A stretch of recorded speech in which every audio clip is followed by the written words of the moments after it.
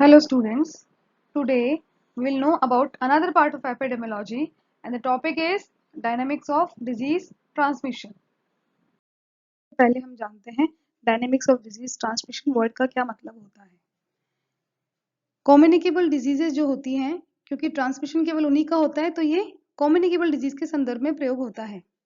ठीक है, तो जो कम्युनिकेबल डिजीज है वो कहाँ से, किस माध्यम से और किसको हो रही हैं, यही क्या है, डायनेमिक्स ऑफ डिजीज ट्रांसमिशन है। या इसको ऐसे भी समझ सकते हैं कि इन्फेक्शियस एजेंट जो है वो जिस पर्सन में प्रेजेंट है उससे जिस माध्यम से किसी तीसरे को इन्फेक्ट कर रहा है, so that is dynamics of disease transmission. ये एक तरह से चेन बन गई है ना, from source to susceptible host. So इसे चेन ऑफ इन्फेक्शन भी कहते हैं और हिंदी में रोग संचरण भी कहा जाता है। इसकी प्रॉपर डेफिनेशन इस तरह से है, the infectious agent from source और reservoir transmits through modes of transmission like direct contact, fomites, etc. and reaches the susceptible host. As a result of this, infection occur. Basically, there are three links in the chain of transmission, जिसे हम अगली slide में जानेंगे। इसके तीन links होते हैं या तीन पार्ट्स होते हैं। पहला होता है सोर्स या रिजर्वायर, फिर किसके थ्रू ट्रांसमिट हुआ, जैसे कि आपको पता चल रहा है कि सोर्स से किसको जाना है इन्फेक्शन, होस्ट को, लेकिन किसके थ्रू हो रहा है, मोड्स ऑफ ट्रांसमिशन के through.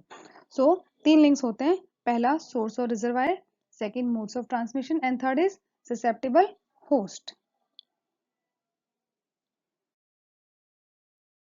First link is source and reservoir. Source and reservoir synonyms नहीं है, कुछ डिजीज में ये सिमिलर होते हैं और कुछ में डिफरेंट भी होते हैं। तो पहले हम सोर्स की बात करते हैं। सोर्स कोई भी पर्सन, एनिमल, ऑब्जेक्ट या सब्सटेंस है जिससे कि इन्फेक्शियस एजेंट या पैथोजन पास होता है to the susceptible host. Source and reservoir में मेन डिफरेंस यही है कि सोर्स में किसी भी प्रकार कोई मल्टीप्लिकेशन, ग्रोथ और डेवलपमेंट नहीं होती है ऑफ इन्फेक्शियस एजेंट, जबकि रिजर्वायर में उस इन्फेक्शियस एजेंट का मल्टीप्लिकेशन भी होता है एंड ग्रोथ एंड डेवलपमेंट भी होता है। कुछ डिजीज में ये सिमिलर होते हैं, जैसे कि in Madura foot where soil is both reservoir and source of infection, soil होता है सिमिलर है। अब एक एग्जांपल ऐसा भी देखते हैं जिसमें डिफरेंट होते हैं, जैसा कि आपको स्क्रीन पे दिखाई दे रही है टेबल, जिसमें टिटनस है, उसका हार्बीवोरस एनिमल रिजर्वायर है and soil is source. Plague का rodent is reservoir and rat flea is source. So ये different different reservoir and source हो गए कुछ डिजीज के। In hookworm infestation the source is soil but the reservoir is man. How, इसको थोड़ा detail में जानते हैं। By the soil it transmits to the man and then in small intestine it divides and grows. Who, लार्वे, हुकवॉर्म के लार्वे की बात कर रहे हैं। हुकवॉर्म के जो लार्वे हैं और अडल्ट वॉर्म है या एग्स हैं, ये सब कहाँ रहते हैं, ह्यूमन के अंदर, स्मॉल इंटेस्टाइन में। ठीक है, these eggs are passed in the faeces of an infected person when he defecates. If an infected person defecates outside in the open, or when the feces from infected person are used as fertilizers, those eggs are deposited on the soil. There they hatch and release larvae or immature worms. These larvae then can pass to humans by penetrating the skin of humans who walk barefoot on contaminated soils. So source and reservoir यहाँ different हुए। कैसे कि जो लार्वे है hook form का, वो soil में रहता है और वहां जब ह्यूमंस नंगे पांव जब उस सॉइल पे चलते हैं, उस इन्फेक्टेड सॉइल पे चलते हैं, तो वो हुक फॉर्म लार्वे पेनिट्रेट करके हमारी बॉडी में आ जाता है और वहां जाए कहाँ चला जाता है, स्मॉल इंटेस्टाइन में। अब स्मॉल इंटेस्टाइन में जाने के बाद इसका मल्टीप्लीकेशन होता है, ग्रोथ होता है, डेवलपमेंट होता है। इसीलिए मैन क्या हो गया, रिजर्वायर, और सॉइल क्या हो गया, केवल source. Okay, reservoir is the natural habitat of the causative organism. यह लिविंग और नॉन लिविंग दोनों हो सकते हैं, living like human and animals and non living soil, water and air. Reservoir is any person, animal, arthropod, soil or substance in which the causative organism pathogen lives and multiplies. So, the causative organism primarily depends for survival on reservoir. How? Because अगर pathogen multiply नहीं करेगा, divide नहीं करेगा, अपनी संख्या को नहीं बढ़ाएगा, तो धीरे धीरे क्या हो जाएगा, एक्सटिंक्ट हो जाएगा। तो रिजर्वायर में पैथोजन अपनी संख्या को इस तरह से बढ़ाता है ताकि आसानी से वो ससेप्टेबल होस्ट तक पहुंच पाए।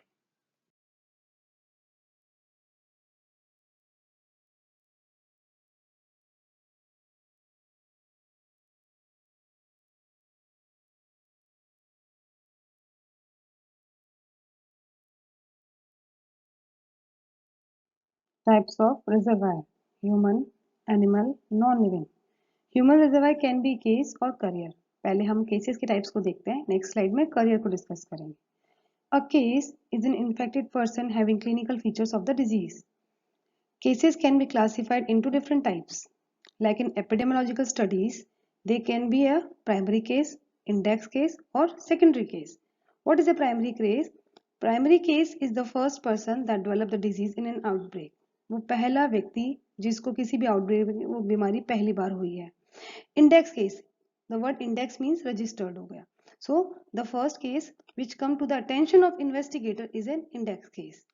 Now secondary cases, who get the disease by contact from the primary cases are the secondary cases. Further, depending upon the severity of a disease, a case can be a mild, moderate and severe. Mild cases are more dangerous than the severe cases because जिस person को mild disease है वो क्या करता है, एक जगह बैठता नहीं है, मूवमेंट में रहता है, एम्बुलेटरी होता है इन नेचर. सो जितना दूर जाएगा उतने ज़्यादा लोगों के कॉन्टैक्ट में आएगा, उतने ज़्यादा डिजीज को स्प्रेड करेगा. जबकि सीवियर केसेस क्या होते हैं, बेड रिडन होते हैं, कन्फाइंड टू बेड होते हैं, मूवमेंट कम करते हैं, इसलिए ज़्यादा लोगों तक डिजीज को नहीं पहुंचा पाते हैं. तो एपिडेमियोलॉजिकल इंपॉर्टेंस किसका है, माइल्ड का ज़्यादा है, क्योंकि माइल्ड डिजीज को ज़्यादा स्प्रेड करता है. Now a word is come period of communicability. So a case do not spread the disease through out the duration of illness. पूरे टाइम एक केस डिजीज को स्प्रेड नहीं करता है, बल्कि एक निश्चित पीरियड होता है जिस टाइम ही वो स्प्रेड कर सकता है, उसे हम कहते हैं period of communicability. It is the period in which a disease can be spread. Like in measles, it is from the first day of fever to the fourth day. Carrier. Carrier कौन है, वो infected person जिसमें एक specific infection agent present होता है but कोई visible sign and symptoms of disease नहीं होते हैं, और ये सोर्स ऑफ इन्फेक्शन सर्व करता है कम्युनिटी में, बाकी जो पॉपुलेशन है उसमें डिजीज को स्प्रेड करता है. A career is an infected person that harbours a specific infectious agent in the absence of visible clinical disease, means not having the clinical features of the disease, and serves as a source of infection to others in the community. जो career stage है वो इनएडिक्वेट treatment के कारण हो सकती है, कि proper treatment ना रहा हुआ हो, इसीलिए जो एजेंट है वो बॉडी में रह गया हो और डिजीज हो बट साइन सिम्टम्स ना हो, या फिर जो होस्ट है उसका इम्यून रिस्पॉन्स इतना स्ट्रांग नहीं हो कि जो डिजीज एजेंट है उसको कंप्लीटली एलिमिनेट कर दिया हो. ठीक है, तो ऐसा व्यक्ति किसमें चला जाता है, करियर स्टेज में. ऐसे करियर्स कॉमनली सीन होते हैं in diseases like typhoid, diphtheria, AIDS, gonorrhoea, hepatitis B. Okay, a career can only be diagnosed and recognized by laboratory investigation, क्योंकि visible signs and symptoms नहीं होते हैं. Now, types of career.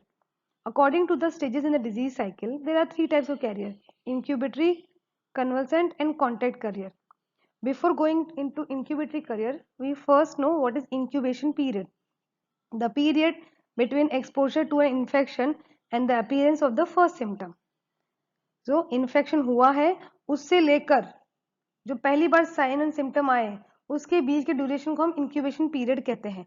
जैसे hepatitis B में ये 30 days होता है.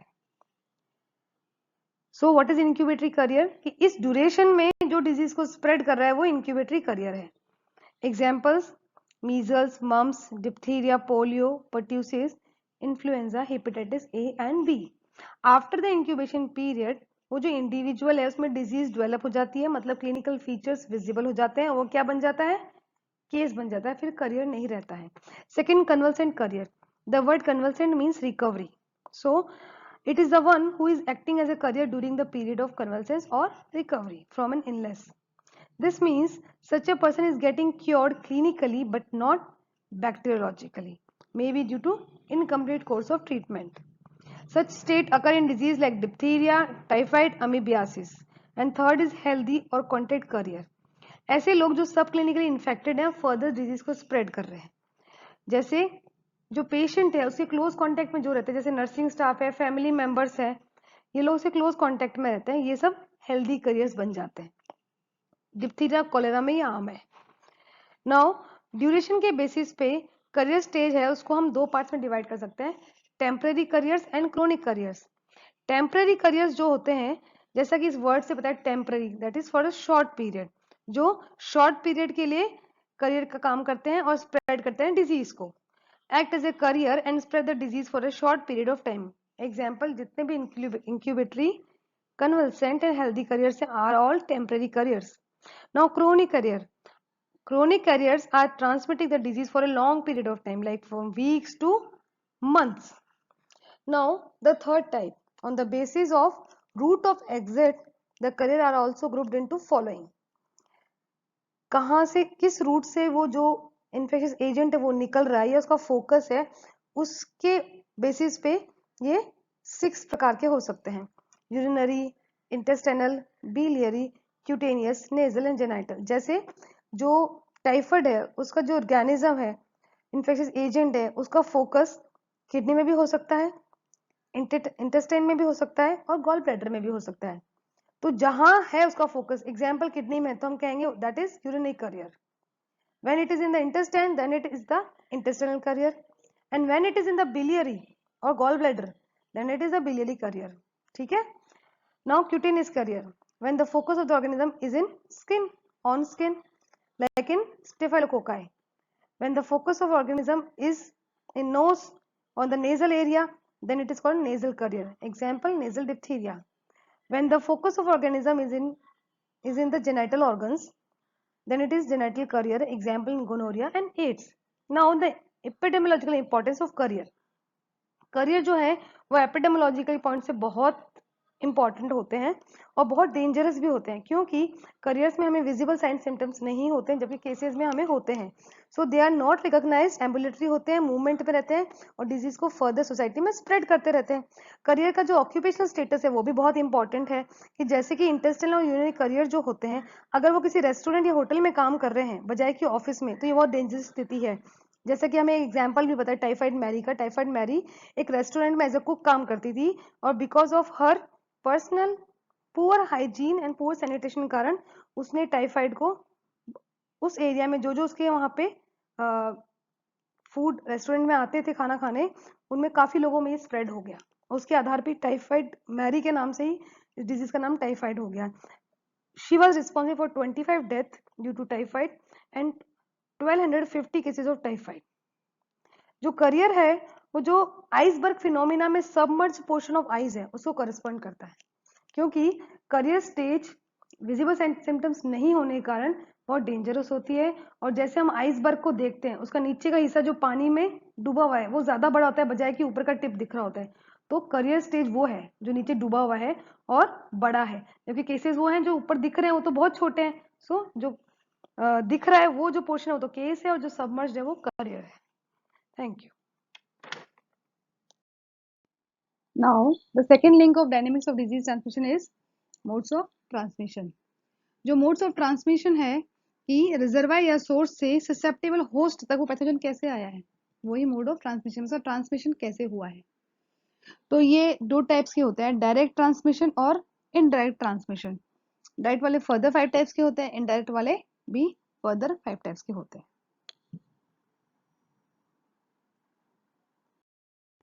Indirect transmission, first is direct contact. इसमें क्या होता है, जो इन्फेक्शन होता है वो डायरेक्ट कॉन्टेक्ट से, स्किन टू स्किन है या म्यूकोसा टू म्यूकोसा है या म्यूकोसा टू स्किन है, सेम में या अनदर पर्सन में वो इन्फेक्शन ट्रांसमिट होता है।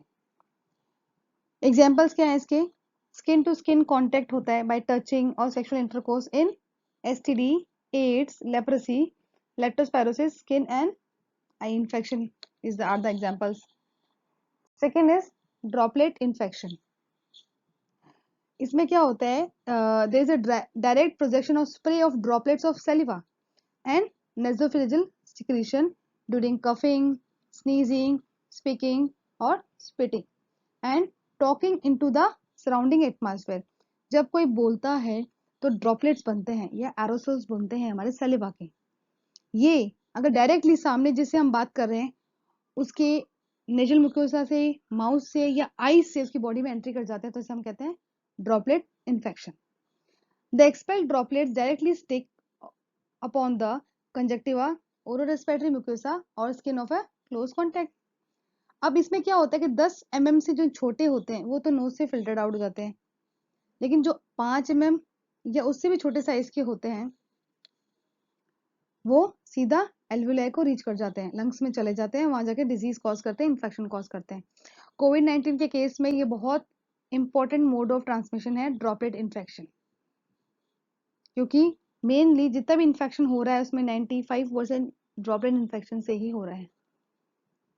Examples of droplet infection are respiratory infections, any eruptive fever, common cold, diphtheria, whooping cough, TB, meningococcal meningitis. Third one is contact with soil. जो हमारा body का कोई ससेप्टेबल टिश्यू है, अगर उसका डायरेक्ट कॉन्टैक्ट हो जाता है डिजीज एजेंट से जो कि सॉइल में है, तो उससे वो ट्रांसफर हो जाता है बॉडी में।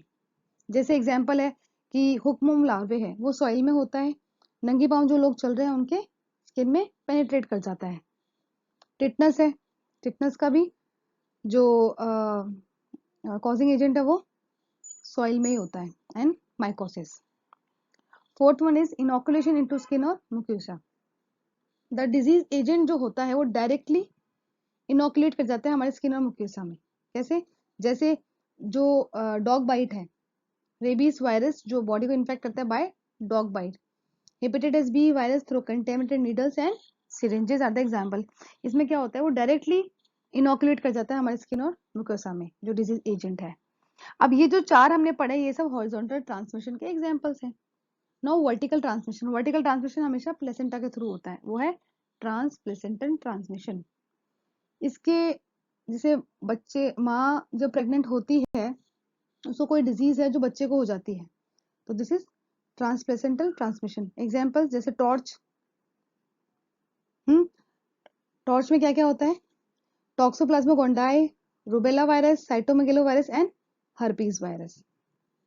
Recently hepatitis B and HIV virus are also added in this. ये सब ट्रांसप्लेसेंट ट्रांसमिशन के थ्रू जाते हैं। Now the second mode of transmission is indirect transmission which is further of 5 types. किसी भी पैथोजन जो इनडायरेक्ट ट्रांसमिशन से पास हो रहा है उसके लिए बहुत जरूरी है कि वो सरवाइव करने के लिए कैपेबल हो आउटसाइड इन्वायरमेंट में, outside the human host. Human body के अलावा भी बाहर भी वो सरवाइव कर सके कुछ घंटे, तभी वो इनडायरेक्ट ट्रांसमिशन से ट्रांसमिट हो सकता है। और जो उसकी पैथोजेनेसिस और वायलेंस की जो बेसिक प्रॉपर्टी है उसको वो रिटेन कर सके और नए होस्ट में डिजीज कॉज कर सके। ठीक है, तो इसमें बेसिकली जो 5F होते हैं, flies, finger fomites, food and fluid के थ्रू ट्रांसमिशन होता है। पहला है इसमें व्हीकल बॉन्ड। जो इन्फेक्शियस एजेंट है उसका ट्रांसमिशन होता है through the agency of water, food, raw vegetable, fruits, milk and milk products, ice, blood, serum, plasma and other biological products such as tissues and organs. इसमें सारे biological जितने products हैं उनके through transmission होता है। Example क्या है? जैसे हेपेटाइटिस ए वायरस है, हेपेटाइटिस ई वायरस है, वो कंटेमिनेटेड वाटर से फैलते हैं। ठीक है, फीको ओरल रूट से फैलते हैं ना दोनों। एक्यूट डायरिया है, टाइफाइड फीवर है, कॉलेरा है, पोलियो है, फूड पॉइजनिंग और इंटेस्टिनल पैरासाइट, ये सब इन्फेक्टेड वाटर से फैलते हैं। ब्लड से फैलने वाले कौन से? हेपेटाइटिस बी वायरस, मलेरिया है, सिफिलिस है, साइटोमेगलो इन्फेक्शंस। और जिससे ऑर्गन ट्रांसप्लांटेशन होता है जैसे किडनी ट्रांसप्लांट जो पेशेंट्स होते हैं उनमें साइटोमेगलो वायरस भी ऑर्गन ट्रांसप्लांटेशन से ट्रांसमिट हो जाता है। Second is vector borne.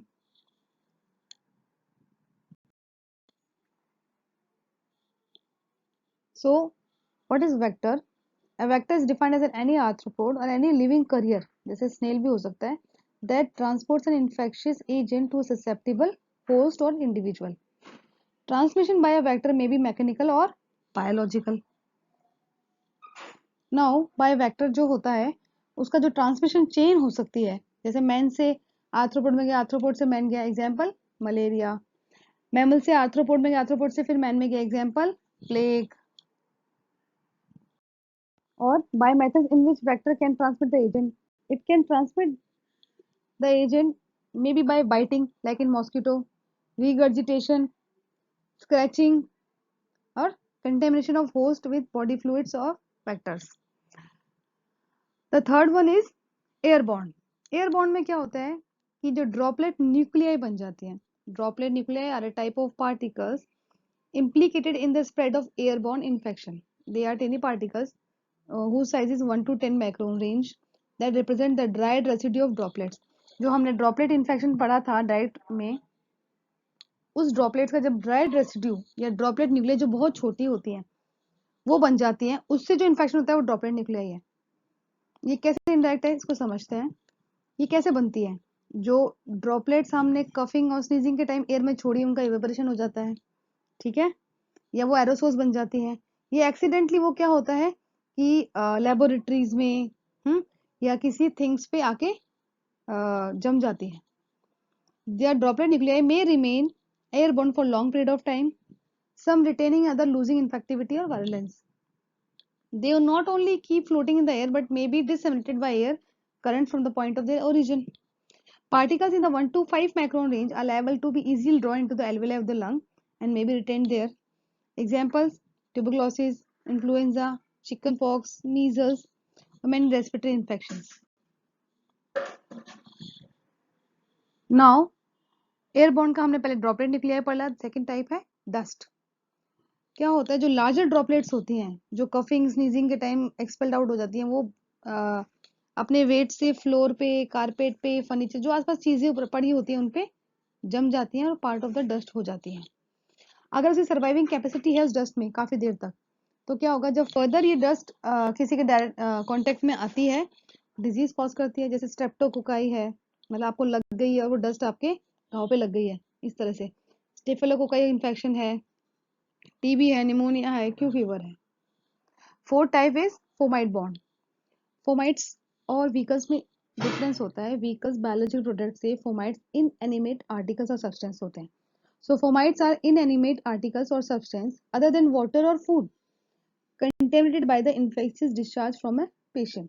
जैसे उस पेशेंट के जो भी कपड़े हैं या उसने जो टवल यूज किया है, सॉइल्ड क्लोथ्स है, टवल्स है, लिनेंस है, उसके हैंकरचीफ है, कप्स है, स्पून है, pencil, books, toys, drinking glasses है, डोर हैंडल्स है, टैप्स है, इंस्ट्रूमेंट्स और सर्जिकल ड्रेसिंग्स है, ये सब फोमाइट्स है। तो अगर इनका डिसइंफेक्शन के करे के बिना सीधा दूसरे पेशेंट में यूज करते हैं तो वो जो इन्फेक्शन होगा वो इनडायरेक्ट ट्रांसमिशन होगा by fomites. Examples: diphtheria, typhoid fever, bacillary dysentery, eyes and skin infection. कोविड-19 के केस में भी फोमाइट्स के थ्रू भी ये डिजीज फैलती है। पहले हमने पढ़ा था droplet and second is fomite. Last of it type is unclean hand and fingers. Hands are the most common medium by which pathogenic agents are transferred to food from the skin, nose, bowel, etc. as well as from the other food। ठीक है, आप मानिए आप कहीं गए और आपके हाथ में वो इन्फेक्शन हो गया, जैसे कोविड-19 का, आपने किसी से हाथ मिलाया, उस बंदे को कोविड-19 था, आपके हाथ में आ गया। अगर आप बिना धोए इस हाथ को आंखों के, नाक के या अपने खाने खा लेंगे तो इन्फेक्शन आपको पहुंच जाएगा और ये by unclean hands and fingers होगा।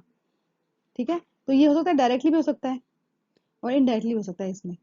जैसे एग्जांपल्स है स्टेफिलोकोकल और streptococcal infection, typhoid fever, dysentery, hepatitis A and intestinal parasites.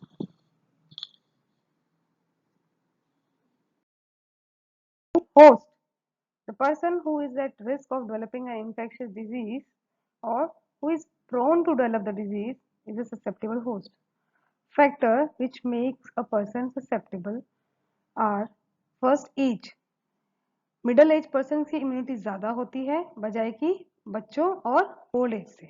Second, underlying chronic disease like diabetes. तो जिनको डायबिटीज होता है they are more prone to develop an newly infectious disease which is had outbreak in a community. Third, immunosuppression conditions like HIV and malnutrition। इसकी वजह से क्या होता है कि उसकी खुद की जो नेचुरल इम्यूनिटी है वो कम हो जाती है, सप्रेस हो जाती है, जिस कारण बाकी इन्फेक्शंस को जल्दी जल्दी होने लगते हैं और वो किसी और डिजीज के लिए ससेप्टेबल हो जाता है।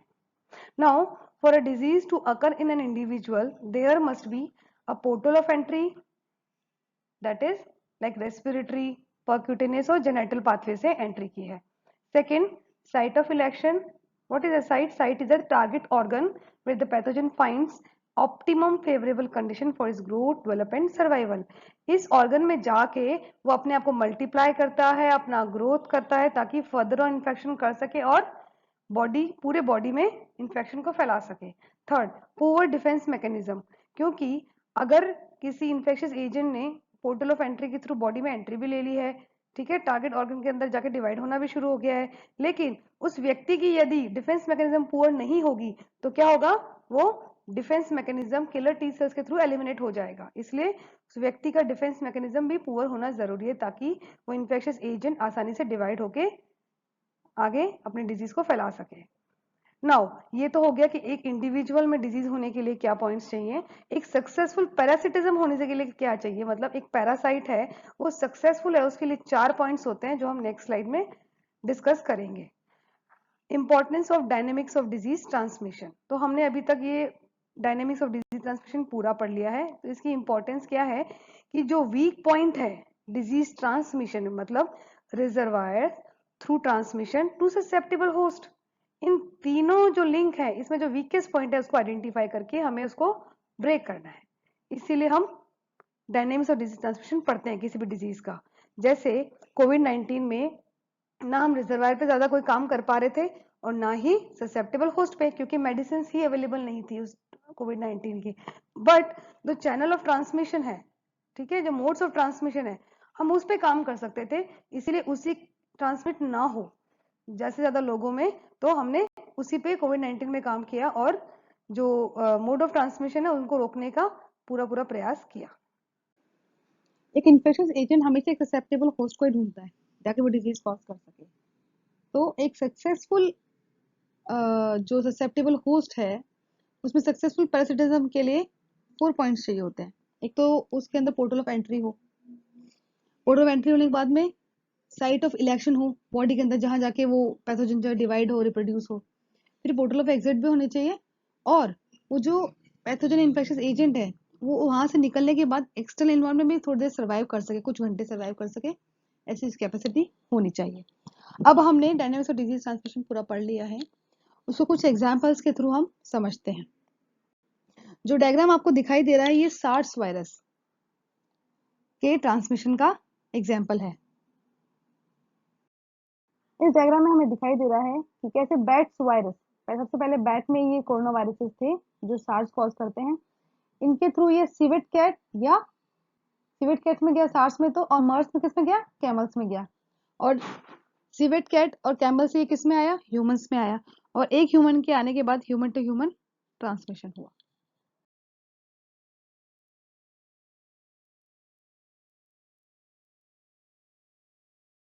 जो डायग्राम आप देख रहे हैं ये किसी भी जो इन्फ्लुएंजा वायरस या फ्लू वायरस होता है उसके मोड्स ऑफ ट्रांसमिशन इसमें दिखाए गए हैं। तो सबसे पहले इन्फेक्टेड पर्सन है हु इज द सोर्स और रिजर्वायर, लास्ट में ससेप्टेबल होस्ट है, बीच में जो ट्रांसमिट हो रहा है ये मोड ऑफ ट्रांसमिशन है।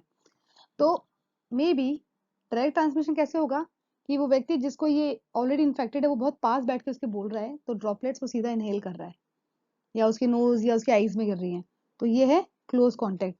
ठीक है, तो सेकेंड इज कि वो